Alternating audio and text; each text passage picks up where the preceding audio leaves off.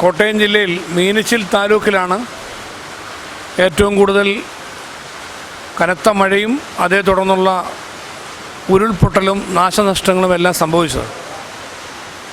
അതീവ ദുഃഖകരമായ ദാരുണമായ അപകടസ്ഥിതിയാണ് പൂഞ്ഞാർ നിയോജകമണ്ഡലത്തിലും പാലാ നിയോജകമണ്ഡലത്തിലും കാഞ്ഞിരപ്പള്ളി നിയോജകമണ്ഡലത്തിലും സംഭവിച്ചിട്ടുള്ളത്. ഞങ്ങൾ ആ പ്രദേശങ്ങളെല്ലാം നമ്മുടെ ജനപ്രതിനിധികളെല്ലാവരും, പ്രത്യേകിച്ചും MLA-മാർ,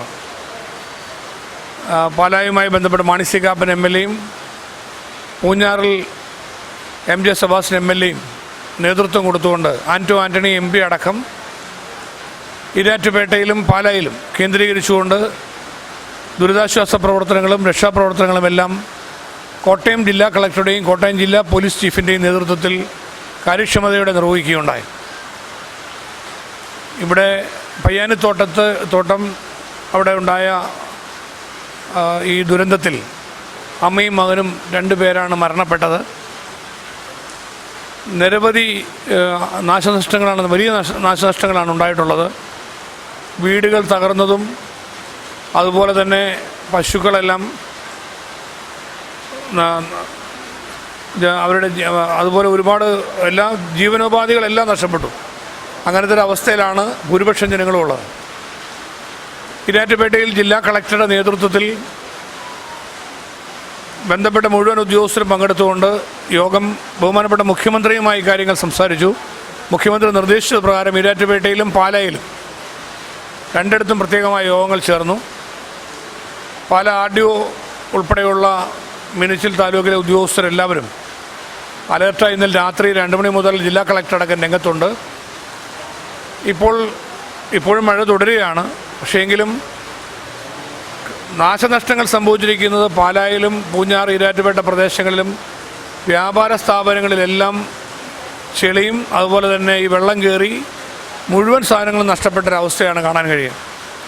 അതുകൊണ്ട് വലിയ കനത്ത നാശനഷ്ടം ഇക്കാര്യത്തിൽ ഉണ്ടായി എന്നുള്ളതാണ് നമുക്ക് പ്രഥമ ദൃഷ്ട്യാ കാണാൻ കഴിയുക. ഏതായാലും ഇക്കാര്യങ്ങളെല്ലാം കണക്കിലെടുത്തുകൊണ്ട് സാധ്യമായ എല്ലാ ആശ്വാസ നടപടികളും ഗവൺമെൻറ്റിൻ്റെ ഭാഗത്തു നിന്നുണ്ടാകും എന്ന് മുഖ്യമന്ത്രി തന്നെ ഉറപ്പ് നൽകിയിട്ടുണ്ട്. മരണപ്പെട്ട 2 പേരുടെയും കുടുംബങ്ങൾക്ക് ആ കുടുംബത്തിന് തീർച്ചയായിട്ടും സർക്കാരിൻ്റെ സംരക്ഷണവും പരിഗണനയും ഉണ്ടാവും. അവർക്ക് വേണ്ടി ചെയ്യാവുന്ന കാര്യങ്ങൾ മന്ത്രിസഭായോഗം ആലോചിച്ച്, മുഖ്യമന്ത്രിയുടെ നേതൃത്വത്തിൽ ആലോചിച്ച്, റവന്യൂ മന്ത്രി അടക്കം കൂടി ആലോചിച്ചുകൊണ്ട് അക്കാര്യത്തിൽ തീരുമാനമെടുക്കാൻ ആണ് ഉദ്ദേശിക്കുക. അതുപോലെ തന്നെ ഇപ്പോൾ അവിടെ ദുരിതാശ്വാസ ക്യാമ്പുകൾ വിവിധ സ്ഥലങ്ങളിൽ ആരംഭിച്ചു. ആളുകളെ പരമാവധി ദുരിതാശ്വാസ ക്യാമ്പുകളിലേക്ക് മാറ്റുവാൻ, കാരണം ഇന്ന് രാത്രിയിലും മഴയ്ക്ക് സാധ്യതകളുള്ളതായിട്ടാണ് മനസ്സിലാക്കുക. അതുകൊണ്ട് ദുരിതാശ്വാസ ക്യാമ്പുകളിലേക്ക് പരമാവധി ആളുകളെ മാറ്റുന്നതിന് വേണ്ടി ഇപ്പോൾ പാലാ നഗരസഭാ ചെയർപേഴ്സൺ ഇൻചാർജും സ്റ്റാൻഡിംഗ് കമ്മിറ്റി ചെയർപേഴ്സണും ഉണ്ട്. പാലാ മുനിസിപ്പാലിറ്റി അതുമായി ബന്ധപ്പെട്ടുള്ള ക്രമീകരണങ്ങൾ ചെയ്യുവാൻ MLA തന്നെ ഇപ്പോൾ ആവശ്യമായ നിർദ്ദേശം കൊടുത്തു. ഈരാറ്റുപേട്ട മുനിസിപ്പൽ ചെയർമാനും മുനിസിപ്പാലിറ്റിയും അവിടുത്തെ വിവിധ ഗ്രാമപഞ്ചായത്തുകളും ഈ നിലയിൽ തന്നെ ആളുകളെ ക്യാമ്പുകളിലേക്ക് മാറ്റാൻ വേണ്ടിയുള്ള അനൗൺസ്മെൻറ്റും ഇടപെടലുകൾ നടത്തുകയാണ്. ദുരിതാശ്വാസ ക്യാമ്പിലുള്ളവർക്ക് ഭക്ഷണവും വസ്ത്രവും മറ്റെല്ലാ ക്രമീകരണങ്ങളും സർക്കാർ തന്നെ ചെയ്യുകയാണ്. ഇപ്പോൾ ജില്ലാ കളക്ടർ മോണിറ്റർ ചെയ്തുകൊണ്ട് എവിടെ എല്ലാം ഭക്ഷണവും എന്തെല്ലാം ആവശ്യങ്ങളുണ്ടെങ്കിലും അതെല്ലാം നിറവേറ്റി കൊടുക്കാൻ ആവശ്യമായ എത്ര തുകയായാലും അതിനുള്ള ഫണ്ട് കൊടുക്കാനുള്ള ക്ലിയറൻസ് ഗവൺമെൻറ് മുഖ്യമന്ത്രി കൊടുത്തു കഴിഞ്ഞു. അതനുസരിച്ച് ജില്ലാ കളക്ടർ ആക്ട് ചെയ്യുന്നതാണ്. എത്ര തുകയാണെങ്കിലും അത് സുതാര്യമായി നിയമാനുസൃതമായിട്ടുള്ള ചട്ടക്കൂടുകൾക്കുള്ളിൽ ഒതുങ്ങി നിന്നുകൊണ്ടാണെങ്കിലും ആണ് സാധാരണ ഇക്കാര്യങ്ങളെല്ലാം വരുന്നത്. ഇത് ആളുകളുടെ ബുദ്ധിമുട്ട് കണക്കിലെടുത്തുകൊണ്ട് ഇക്കാര്യത്തിൽ പരമാവധി സഹായങ്ങൾ കൊടുക്കുവാനുള്ള നിർദ്ദേശം ഗവൺമെൻറ് കൊടുത്തു കഴിഞ്ഞിരിക്കുകയാണ്. അതുകൊണ്ട് എല്ലാ വിധത്തിലും ആളുകളെ ഈ ഒരു പ്രതിസന്ധിയിൽ ചേർത്ത് പിടിക്കുവാനും സഹായിക്കുവാനുമുള്ള നടപടികളുണ്ടാകും. ഈരാറ്റുപേട്ടയിൽ യോഗം ചേർന്നപ്പോഴും പാലായിൽ ഇക്കാര്യങ്ങൾ ചർച്ച ചെയ്തപ്പോഴും മുൻകാലങ്ങളിൽ 2025 മുൻപ് നഷ്ടങ്ങളുണ്ടായതിൻ്റെ പണം ഇപ്പോഴും നഷ്ടപരിഹാരത്തുക ഇപ്പോഴും കിട്ടിയിട്ടില്ല എന്ന ആക്ഷേപം ഉന്നയിക്കപ്പെടുകയുണ്ടായി. അടിയന്തരമായി അങ്ങനെ കൊടുക്കാനുള്ള പഴയ കുടിശ്ശിക അടക്കം കൊടുത്തു തീർക്കുകയാണ്. അതിലുപരിയായി ഇത് സാധാരണഗതിയിൽ വില്ലേജ് ഓഫീസറും മറ്റാളുകളും ഒക്കെ നഷ്ടത്തിൻ്റെ കണക്കെടുക്കും. അത് കഴിഞ്ഞ് പിന്നെ കാലങ്ങൾ കഴിഞ്ഞാലും പണം കിട്ടാറില്ല എന്ന ജനങ്ങളുടെ നിരന്തരമായുള്ള പരാതി ഇപ്പോൾ സർക്കാർ മുൻകൈ എടുത്തുകൊണ്ട് പരിഹരിക്കുന്നതിന് തീരുമാനിച്ചിട്ടുണ്ട്. അതനുസരിച്ച് മുഖ്യമന്ത്രിയുടെ നേതൃത്വത്തിൽ എടുത്തിരിക്കുന്ന തീരുമാനം എല്ലാ നാശനഷ്ടങ്ങളുണ്ടായവർക്കെല്ലാം എത്രയും പെട്ടെന്ന് നഷ്ടപരിഹാര തുക പരമാവധി അവർക്ക് കൊടുക്കാൻ കഴിയുന്ന വിധത്തിൽ എത്രയും പെട്ടെന്ന് എത്തിച്ചു കൊടുക്കുക എന്നുള്ളതാണ്. അപ്പോൾ അതിനുള്ള സഹായ നടപടികൾ തീർച്ചയായിട്ടും ഉണ്ടാവും. ഇതോടൊപ്പം വേദനാജനകമായ മറ്റൊരു സംഭവം കൂടി കോട്ടയം ജില്ലയിൽ ഉണ്ടായത് പുതുപ്പള്ളി നിയോജക മണ്ഡലത്തിലാണ്. ശ്രീ ചാണ്ടി ഉമ്മൻ MLA-യും ജില്ലാ പഞ്ചായത്ത് പ്രസിഡന്റ് ജോഷി ഫിലിപ്പും അടക്കം ഇപ്പോൾ മന്ദിരം ഹോസ്പിറ്റലിലാണുള്ളത്.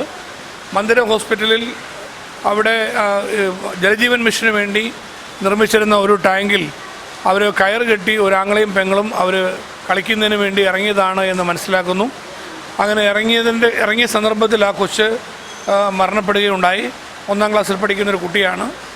കോട്ടയം മെഡിക്കൽ കോളേജിൽ പോസ്റ്റ്മോർട്ടം ചെയ്യാൻ ഉള്ള ക്രമീകരണങ്ങളാണ് ഇപ്പോൾ ഞങ്ങൾ ചെയ്തിട്ടുള്ളത്. ഇതിനുശേഷം ആ ഒരു കാര്യങ്ങൾ കൂടി എന്താണ് അവിടെ സംഭവിച്ചത് എന്നുള്ളത് വാട്ടർ അതോറിറ്റിക്ക് വേണ്ടി എടുത്ത ഒരു ഇതിൽ കുട്ടി കളിക്കാൻ ഇറങ്ങിയതാണെങ്കിലും ആ സംഭവത്തെക്കുറിച്ച് തീർച്ചയായിട്ടും ഡിപ്പാർട്ട്മെൻറ്റ് ലെവലിൽ അന്വേഷണത്തിന് ഞാൻ ഉത്തരവിട്ടിട്ടുണ്ട്. എന്താണ് അവിടെ സംഭവിച്ചതെന്ന് റിപ്പോർട്ട് ചെയ്യാൻ ബന്ധപ്പെട്ട ഉദ്യോഗസ്ഥരോട് പരിശോധിച്ചറിയിക്കാൻ വേണ്ടി നിർദ്ദേശിച്ചിട്ടുണ്ട്. തീർച്ചയായും ആ കുടുംബത്തിനുണ്ടായ വലിയ നഷ്ടത്തിലും സർക്കാർ അവർക്കും ആവശ്യമായ സഹായവും ആ കുടുംബത്തിന് വേണ്ടിയുള്ള ദുരിതാശ്വാസവും തീർച്ചയായിട്ടും സർക്കാരിൻ്റെ ഭാഗത്തുനിന്നുണ്ടാകും. മാനുഷിക പരിഗണനയോടെ ഇക്കാര്യങ്ങളിൽ വളരെ ഗവൺമെൻറ്റിന് ചെയ്യാവുന്ന എല്ലാ കാര്യങ്ങളും ചെയ്യുന്നതാണ് എന്ന് പൊതുവായി അറിയിക്കുന്നു. ഇങ്ങനെ ഒരു പ്രതിസന്ധി ഘട്ടമുണ്ടായപ്പോൾ ഇന്നലെ രാത്രി 2 മണി മുതൽ ജില്ലാ ഭരണകൂടവും ഗവൺമെൻറ്റുമായി ബന്ധപ്പെട്ട മുഴുവൻ മിഷണറിയും വളരെ എഫക്റ്റീവായി വിശ്രമമില്ലാതെ ഈ നിമിഷവും പ്രവർത്തിച്ചുകൊണ്ടിരിക്കുകയാണ്. അങ്ങനെ നമുക്ക് ഈ പ്രതിസന്ധിയുടെ മുമ്പിൽ വിഷമിക്കുന്ന ആളുകളെ ചേർത്ത് പിടിക്കുവാനുള്ള ആത്മാർത്ഥമായ ഒരു ശ്രമമാണ് ഗവൺമെൻറ് നടത്തുന്നത് എന്നുകൂടി സൂചിപ്പിക്കുകയാണ്.